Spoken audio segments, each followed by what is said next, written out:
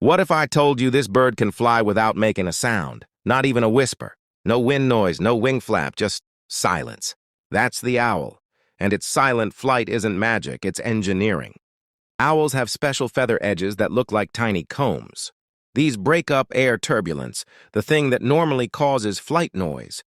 Their wings are also extra wide, so they glide instead of flap.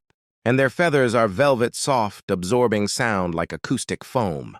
It's the same idea used in soundproof studios, but built into a bird. This lets owls hear prey moving under leaves or snow, and strike before the prey even knows danger is near. But here's the wild part.